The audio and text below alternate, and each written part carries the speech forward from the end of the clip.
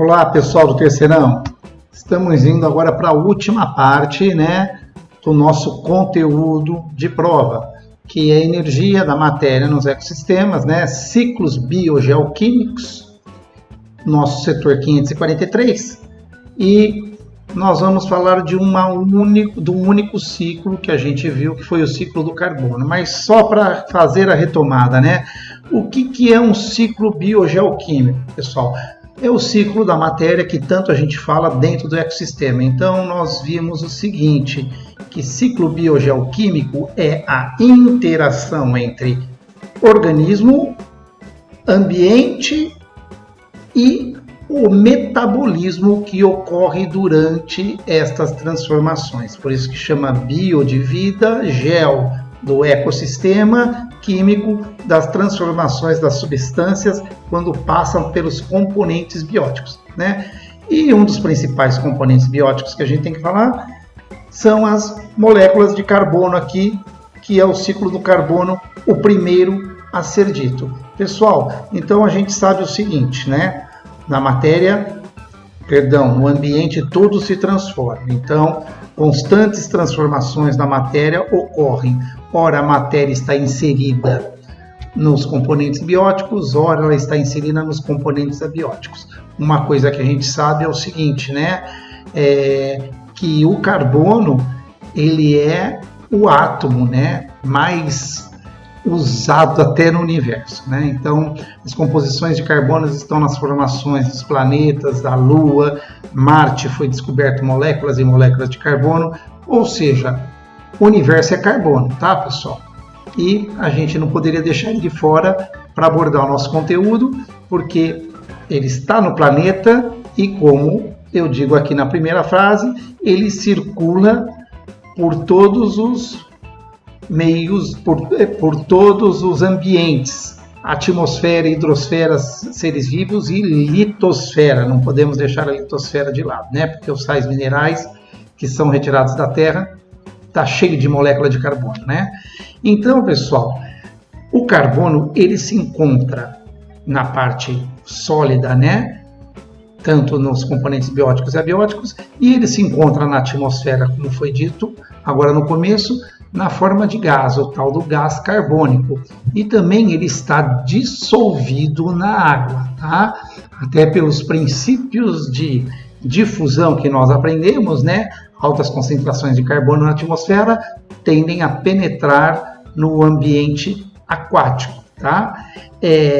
Ora, ele está composto nessa forma sólida, está no líquido, está na nossa forma física e ora ele está participando dos processos fotossintéticos, porque lembra que molécula de glicose, olha aqui no nosso slide, tem molécula de carbono na sua composição. Tá ok. Então, como que ele circula então no ambiente? Então lembra, ele vai virar molécula de glicose pelo processo de fotossíntese. Ele começa a passar dentro da cadeia trófica ou cadeia alimentar, tá? E essas substâncias vão sendo transformadas desde glicose, carboidrato nas plantas, lipídios em plantas e animais, tá? As proteínas são compostas por moléculas de carbono e até o nosso material genético, tá, pessoal? DNA e o tal do RNA. Ele circula depois no meio ambiente, lembra que através desses processos, tanto de fotossíntese como respiratório. O processo respiratório, ele é consumido e ele é devolvido para a atmosfera, porque lembra, eu preciso de oxigênio para desdobrar a molécula de glicose, que é C6H12O6.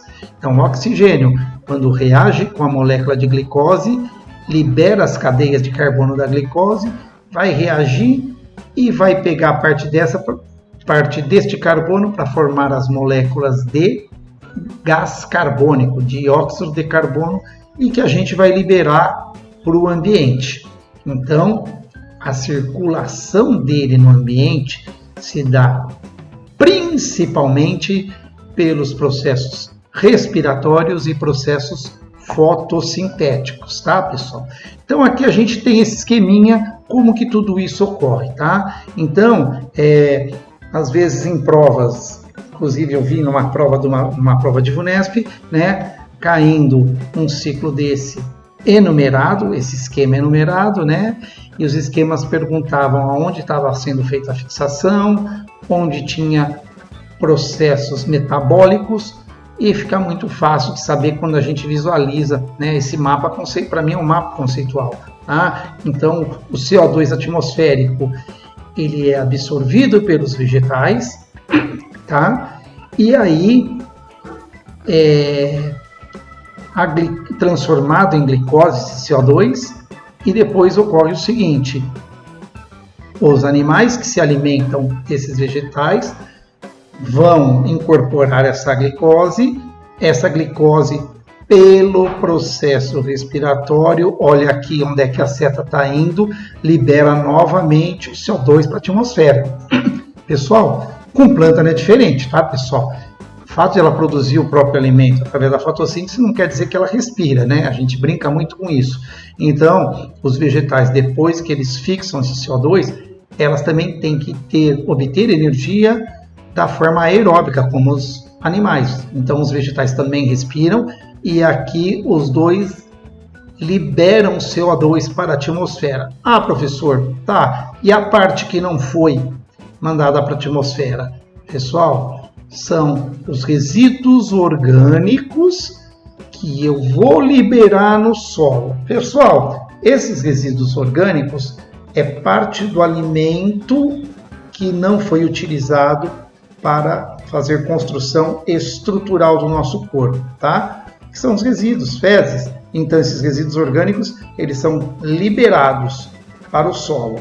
A gente tem que lembrar o seguinte: resíduos orgânicos, eu posso falar de resíduo animal ou de carcaça de animal, que lembra que no seu processo de fossilização por milhares e milhares de anos, ele vai sofrer transformações, ou seja, vai virar combustível fóssil, que pode ter vindo também de fossilização de animais inteiros, como está aqui embaixo, tá? Então, o que não virou combustível, o que não foi fossilizado, pessoal, eu vou ter a participação, lembra, dos decompositores, que são fungos e bactérias. No processo de decomposição, o subproduto é a liberação de CO2, que está aqui na setinha, que volta de novo para a nossa atmosfera. Então, o CO2 atmosférico volta para a nossa atmosfera. E os combustíveis fósseis, através do processo de queima, que são utilizados. Quando eu falo combustíveis fósseis, pessoal, não estou falando apenas do petróleo. Eu estou falando do carvão mineral e estou falando do gás fóssil também, que é subproduto da formação do petróleo. E também, durante o processo de queima desses combustíveis, é claro, eu vou liberar CO2 e CO, que é o monóxido de carbono. E com isso, a gente acaba encerrando o ciclo do carbono, que vai cair na provinha de vocês, tá? Eu peço para que, se vocês quiserem esses slides, entrem em contato comigo, vocês têm o meu e-mail, requisitem, e qualquer coisa também entrem em contato comigo para tirar dúvida, tá ok? Estamos aqui para isso. Gente, um grande abraço e até a próxima aula.